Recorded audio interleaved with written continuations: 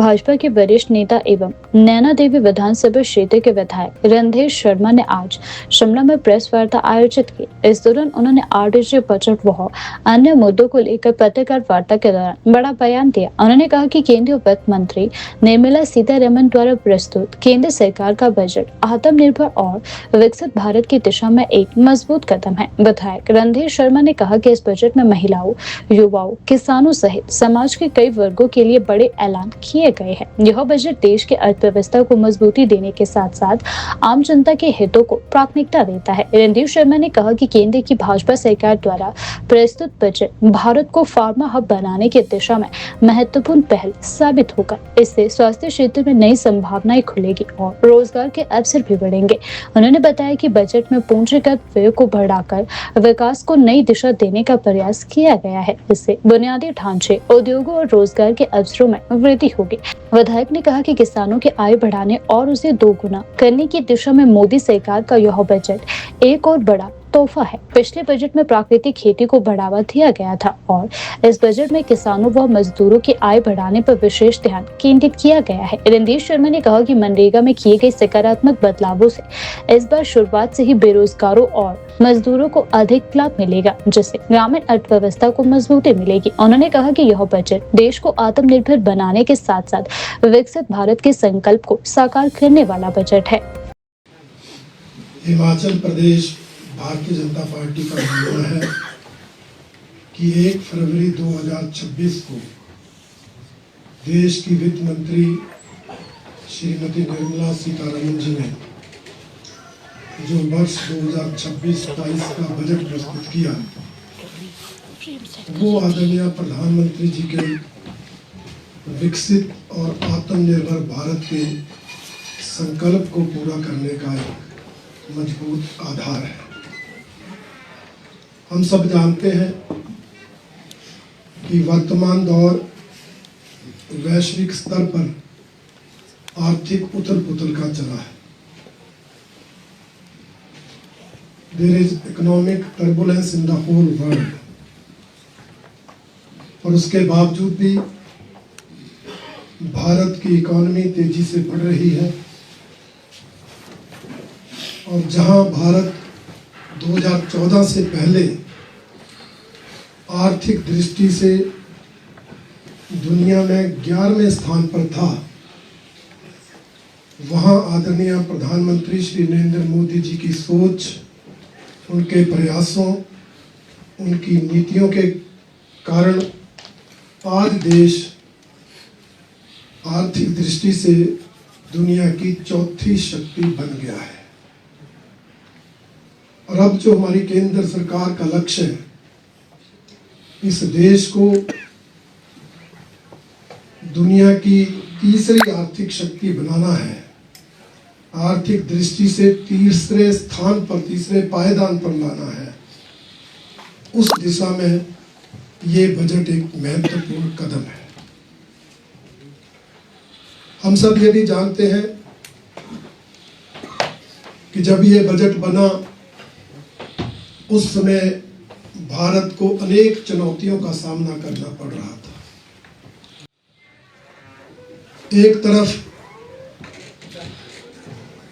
America ने 50% tariff लगाकर उसे बढ़ाकर 100% करने की धमकी दे रखी थी। दूसरी तरफ चाइना ने रियल अर्थ मटेरियल की सप्लाई रोक दी थी और उसके बाद ऑपरेशन सिंदूर के बाद उत्पन्न स्थितियों का मुकाबला भी ये देश कर रहा था। इन चुनौतियों के होते हुए ये बजट प्रस्तुत हुआ है। निश्चित रूप से ये बजट परंपरागत बजट नहीं है। ये बजट लोक लुभावनी घोषणाओं वाला, पॉपुलर अनाउंसमेंट्स वाला ट्रेडिशनल बजट नहीं। यह एक सुधारवादी बजट है देश की अर्थव्यवस्था को सुधारने के लिए, देश को आत्मनिर्भर बनाने के लिए, भारत को विकसित देश बनाने के उद्देश्य से इस बजट का प्रारूप बना है। इसलिए हम देखते हैं कि इस बजट में जो भी हमारे देश के सामने की चुनौतियां थी, उनको पूरा करने का प्रयास किया गया है। और हम देखते हैं कि इस बजट से ये स्पष्ट हो गया है कि अब भारत दूसरे देशों पर निर्भर नहीं रहना चाहता। किसी भी क्षेत्र में अन्य देशों पर निर्भरता समाप्त हो, इस बात का जोरदार प्रयास इस बजट के अंदर हुआ है। अब हम चाहते हैं कि हिंदुस्तान हथियार भी खुद बनाए, फाइटर जेट भी खुद बनाए। हम चाहते हैं कि दुनिया की इस चुनौती को मुकाबला करने के लिए तीनों सेनाओं का आधुनिकीकरण भी हो। इसलिए सबसे ज्यादा बजट डिफेंस के लिए, रक्षा मंत्रालय के लिए रखा गया है। 15% वृद्धि के साथ 7.8 लाख करोड़ डिफेंस का बजट का प्रावधान इस बजट में करके हमने रक्षा क्षेत्र को प्राथमिकता दी है। यही नहीं, हम ये भी चाहते हैं कि भारत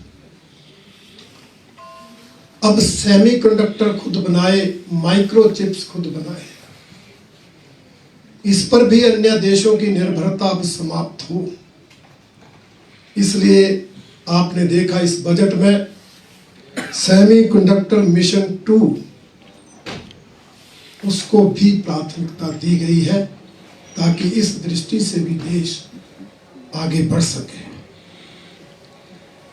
आधुनिकता के इस दौर में आर्टिफिशियल इंटेलिजेंस की सेक्टर में भी हमारे देश का प्रभुत्व बना रहे, डेवलप हो, प्रभुत्व बने, उस दृष्टि से इस सेक्टर को भी मजबूत करने का प्रयास इस बजट में किया गया है। और आप देखेंगे कि भारतीय जनता पार्टी के नेतृत्व वाली इस केंद्र सरकार ने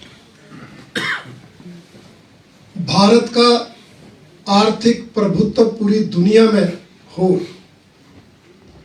अब हम आयात करने वाले देश की बजाय निर्यात करने वाला देश बन जाएं, इस दृष्टि से इस बजट में मैन्युफैक्चरिंग सेक्टर को भी अहमियत दी गई है।